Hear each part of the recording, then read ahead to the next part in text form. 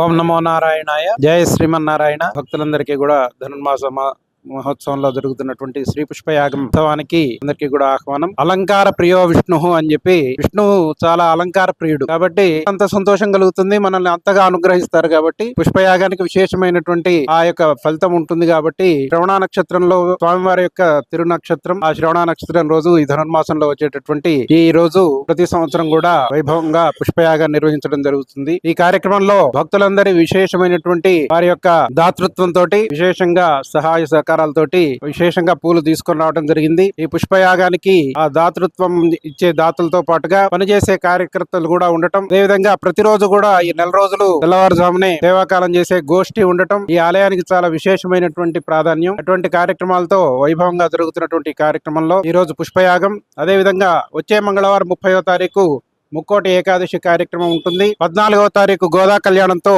ఈ ధనుర్మాస మహోత్సవాలన్నీ కూడా ముగుస్తాయి. ఆ రోజు గోదా కళ్యాణం ఉంటుంది. ఈ కార్యక్రమాలన్నింటిలో కూడా భక్తులంతా పాల్గొని స్వామివారిని సేవించి స్వామివారి కృపకు పాత్రలు కాగలరు. ఈ